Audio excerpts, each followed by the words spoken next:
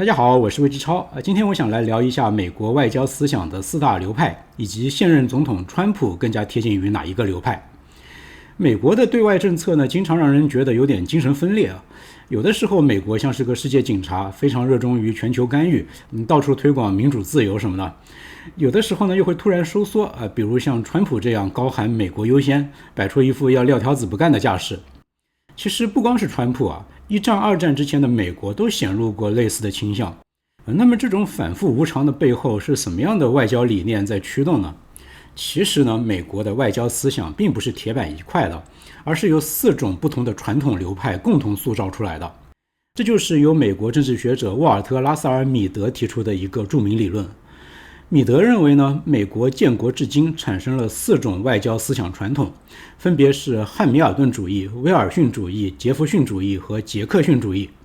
这4大主义呢，也像是4副面具，不同时代不同总统在外交场合会戴上其中的一副面具，有的时候呢还会混搭，而且还会出现总统和国会各戴一副不同面具的情况。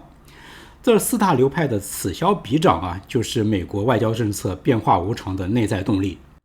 那么接下来呢，我会先来介绍这4大流派各自的主张都有哪些，然后用这个模型来分析一下今天的川普川大统领，他是4大流派里的哪一派呢？还是说川普已经是跳出3界外，不在5行中，开创了美利坚外交的新流派呢？那么美国外交的4大流派都是以一位代表性的政治人物来命名的，他们各自代表了美国人看待世界的一种典型方式。今天首先登场的是美国外交的第一副面孔，汉密尔顿主义。这个名称呢是来源于美国首任财政部长亚历山大·汉密尔顿。这个流派的核心理念啊，是把这个世界看作是一个大市场，而美国外交的首要目标呢，就是提升美国在这个全球大市场里的竞争力。汉密尔顿派相信啊，国家的实力是与商业繁荣紧密相连的，所以美国需要有一个强有力的中央政府和军队来保护美国的贸易利益。他们的信条是贸易畅通则国运昌隆。历史上呢，汉密尔顿主义者是很倾向于与当时的全球商业霸主合作的。比如在18世纪末，汉密尔顿就力主与刚打完独立战争的死敌英国改善关系，签订了杰伊条约，确保美国商船的安全。尽管这个条约在美国国内引发了巨大的争议啊，他被很多当时的美国人认为是向英国投降啊，背叛了当时的盟友法国，非常的不要脸。这场争论啊，在那个著名的音乐剧《汉密尔顿》里被改编成汉密尔顿与政敌托马斯·杰弗逊的一场说唱对决啊，非常有意思。那场戏就是在我刚才说的这个背景下发生的。从2战结束之后到川普上台之前，过去这好几十年的时间里啊，可以说汉密尔顿主义都很大程度上主导了美国相当一部分外交政策。在2战之后啊，随着英国的衰弱，汉密尔顿主义者主张美国应该接棒，建立起新的国际经济秩序。比如说2战之后的艾森豪威尔总统花了很多的心思去巩固美国的同盟体系，推动国际贸易和美国企业出海，就带有非常强的汉密尔顿色彩。再比如说冷战结束之后，老布什政府构想的那个由美国引领的新世界秩序，通过多边机构来维持稳定，方便美国商业全球运作，以及后来的克林顿、奥巴马这2位民主党总统对于建立各种国际经贸联盟的热衷，这些都是典型的汉密尔顿主义的路线。汉密尔顿主义者愿意投入力量去建立国际规则，维护航道安全，推进贸易协定，只要有利于美国的繁荣和实力增长，那么这些世界警察的工作他们都是乐意去做的。我们总结一下汉密尔顿主义的要点，那就是重商、强政府、联手企业，融入全球经济，维护有利于美国的经济秩序。那么接下来登场的呢，是美国的第2副外交面孔，威尔逊主义。这个名称呢，是来自于美国第28任总统伍德罗·威尔逊，也就是在第1次世界大战结束之后力推国联，倡导民族自决的那位总统。威尔逊是美国历史上最理想主义的一位总统啊。那么以他命名的威尔逊主义，可想而知，就代表了美国外交中最理想主义的那一面。威尔逊主义者呢，相信美国是肩负道义使命的，美国应该把民主、自由这些美国的价值观传播到全世界。在威尔逊主义者眼里呢，世界充满了独裁、侵犯人权、战争威胁这些破事儿，而美国有道德责任去改变这一切。而且呢，这么做也不仅仅是出于道义责任，其实也是最符合美国的长远利益的。因为民主国家之间很少发生严重的冲突，所以只有世界更加民主自由了，那么美国才能够得到真正的安全。于是呢，美国就应该积极地参与到全球事务里去支持民主选举，去推动国际法，去塑造一个在意识形态上更加理想的世界秩序。威尔逊总统本人推动建立国际联盟，也就是国联，就是这个思想的一个非常集中的体现。虽然威尔逊建立国际新秩序的努力失败了，但是他的理念后来得到了延续。比如后来的罗斯福和杜鲁门这两位总统推动建立了联合国，力图把美国塑造成自由世界的领袖。再比如说在冷战期间，有好几位总统都以捍卫民主自由为名义介入到全球冲突里去。再比如后来的拜登总统，他强调美国帮乌克兰是捍卫自由世界，反对独裁侵略，这都是威尔逊主义的体现。威尔逊主义与前面的汉密尔顿主义有非常明显的共同点，那就是他们都支持美国积极地介入到世界里去塑造世界秩序，他们都是国际主义者。不同点是在于，威尔逊主义是重视意识形态和政治制度的，他们想要建立的是一个价值联盟；而汉密尔顿主义者呢，他们更加重视商业利益，他们是要建立一个商业联盟。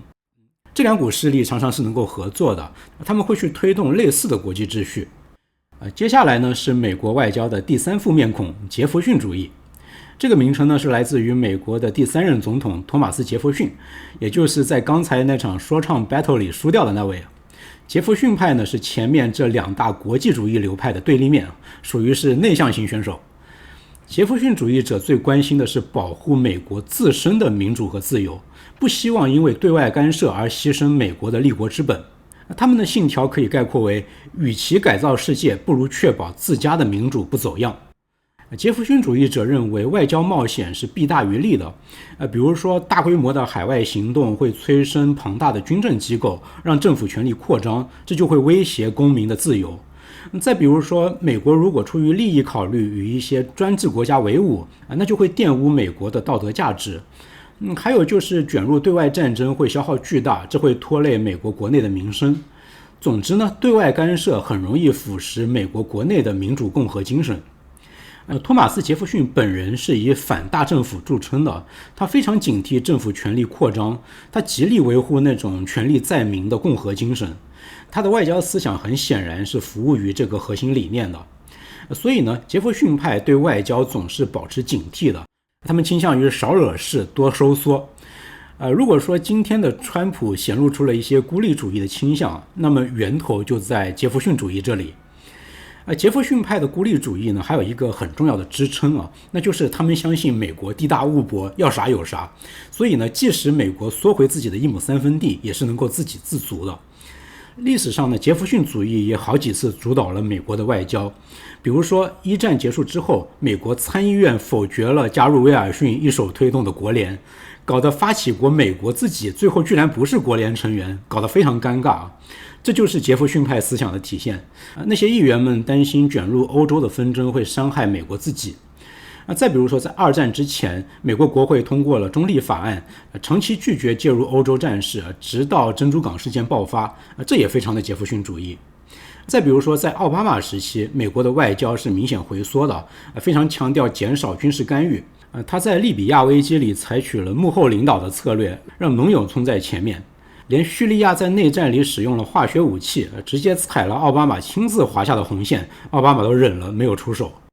奥巴马的谨慎呢，其实也正好可以反映出杰弗逊主义和前面的威尔逊主义之间的一股张力。奥巴马的前任小布什总统在干掉了萨达姆之后，好像就被威尔逊总统附体了一样，想要用民主制度来改造中东，把伊拉克树立成民主典范。结果这种充满威尔逊式理想主义的民主输出不被国内的选民买账，选民们非常期待一位更加内敛的总统上台，这才为奥巴马创造了条件。这也是奥巴马的外交路线偏向于杰弗逊主义的重要原因。那我们总结一下杰弗逊主义他们的核心理念是谨慎克制，守护本土民主。杰弗逊主义是美国孤立主义传统的代表。那最后登场的是美国外交的第4副面孔——杰克逊主义。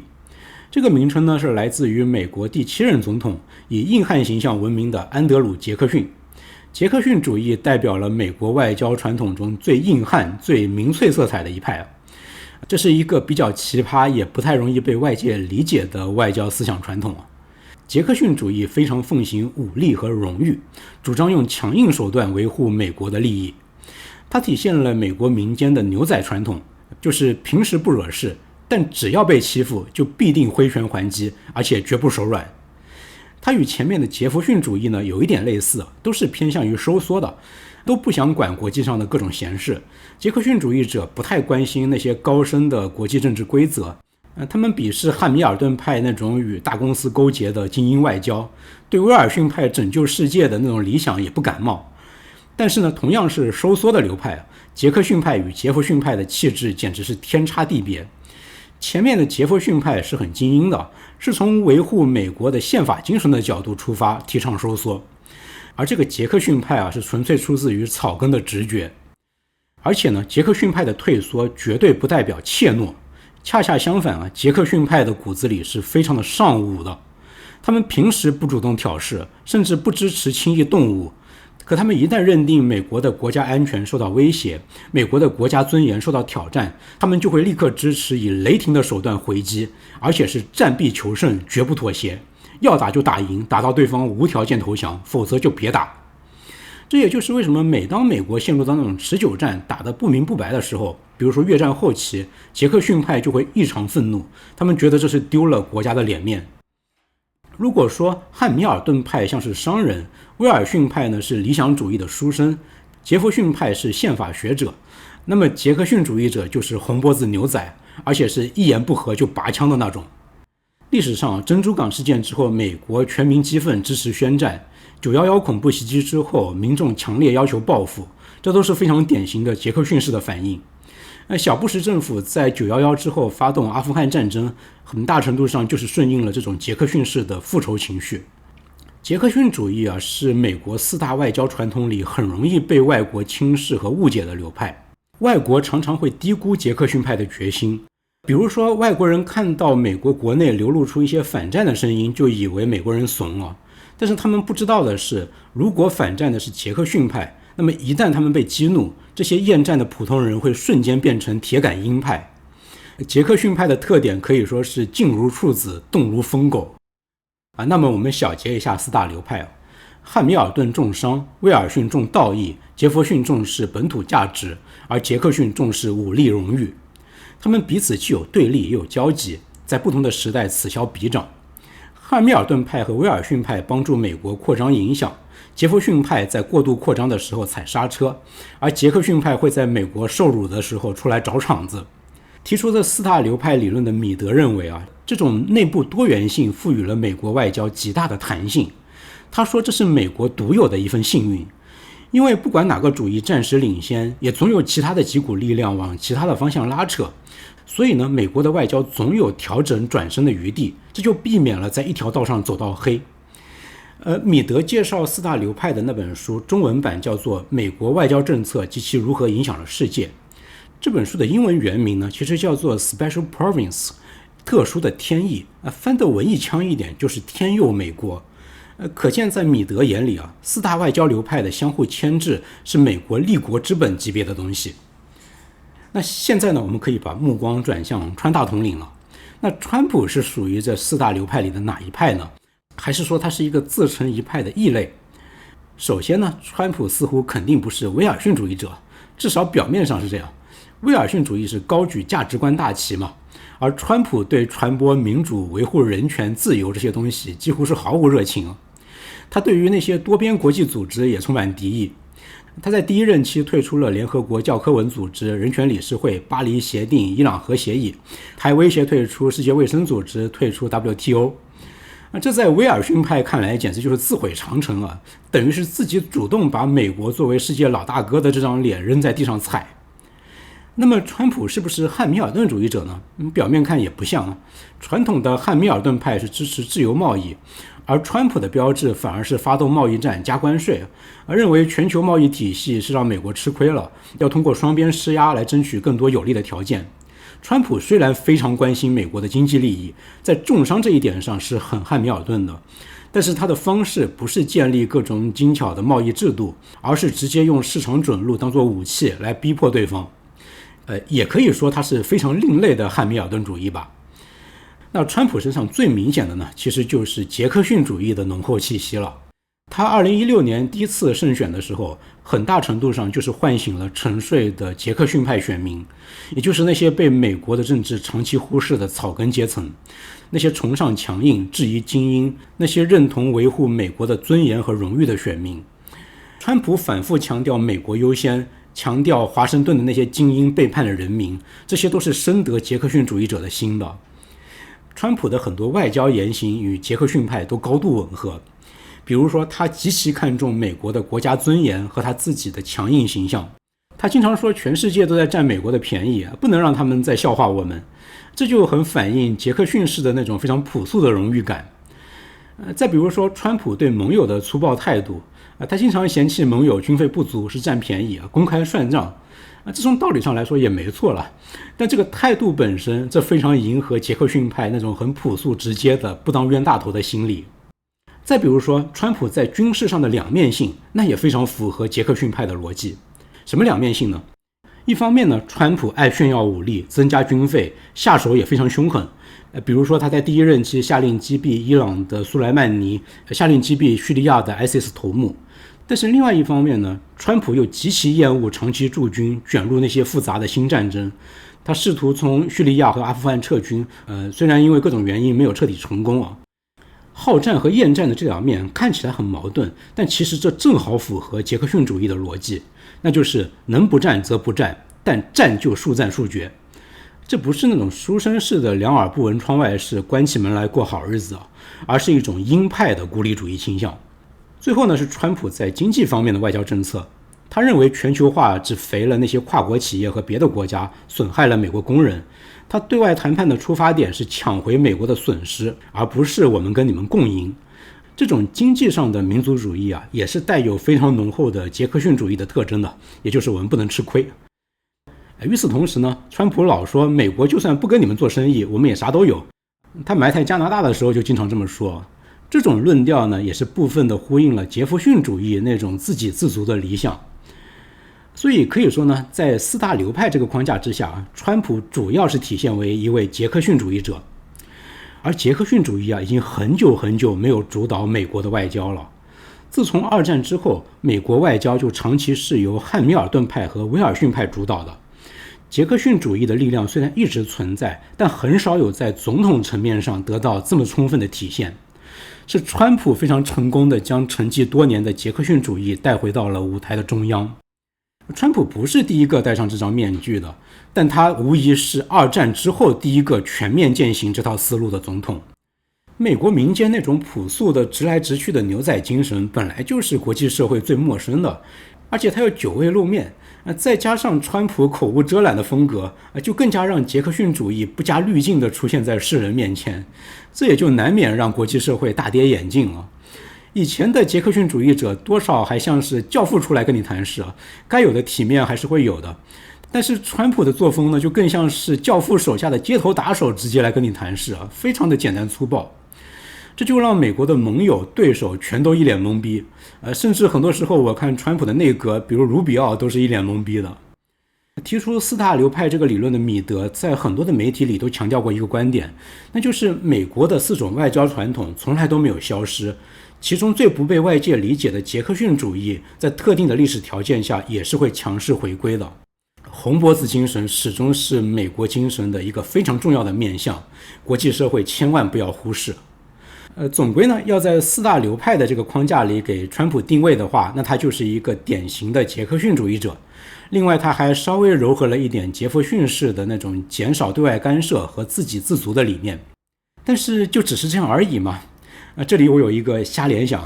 有没有可能川普实际上是一个深贵的隐藏的非常深的威尔逊主义者呢？这不是没有端倪啊。如果说有一些比较激进的观点不便川普自己来表达的话，那么副总统万斯有一些更加出格的言论，或许是一个间接的观察指标。比如说万斯今年2月份在慕尼黑安全会议上痛斥欧洲背离了民主价值观，尤其是限制言论自由这一点完全不能忍。他的言下之意就是咱们川大统领并不是不要盟友，而是你们再这样搞下去，那在意识形态上跟我们就越来越远了。这分明就是威尔逊式的呐喊呢。而欧洲在意识形态上可能会滑向哪里，该懂的都懂。川普和万斯偶尔流露出来的那些特别刺痛盟友的话，隐含的意思不就是我们这帮民主国家得有个样吗？他要让美国再次伟大，潜台词不也是让美国模式再次成为世界的灯塔吗？哪怕是他自己定义的那种灯塔。这会不会是威尔逊主义的某种变种低配版呢？我不知道啊，只是一点小联想。但这样看来的话，川普就有可能是一个深埋柜中不敢出柜的威尔逊主义者，一个以另类方式重视美国商业利益的汉密尔顿主义者，一个认可美国自给自足的理想的杰弗逊主义者，和一个不加掩饰的杰克逊主义者。川普竟然是一个另类的六边形战士啊，是美国4大外交传统的一个扭曲的集大成者。最后有一点感想啊，我觉得美国的外交政策之所以能这样的灵活摇摆拥有这种转身的余地根本的原因呢，可能是在于它得天独厚的地理环境。美国这个国家孤悬海外2个大洋阻隔强敌，邻国无威胁，物产又丰富，这是一个全球罕见的低地缘竞争压力的环境。其实生物的进化也好，社会形态的演变也好，都有一个同样的规律，那就是生存压力越小，多样性就越丰富。反过来，竞争的压力越大，形态就越单一。其他国家民众未必没有类似美国4大流派这样的多元诉求，但是迫于严峻的地缘现实，统治者的选择往往是很有限的。而唯有美国拥有这种任性变脸的资本，因为它长期缺乏迫在眉睫的生存威胁。于是呢，美国的各种政治力量和观念才可能在不同的时期浮上水面，主导国家政策。米德说4大传统赋予的弹性是天佑美国，但也许真正保佑美国的不是老天爷，而是那片地缘优势显著的土地。与其说是天佑美国，不如说是地佑美国。好，那我们今天就到这里。如果你喜欢这期节目呢，请点赞、分享、订阅频道，这是对我最大的支持。我是魏之超，我们下期节目再见。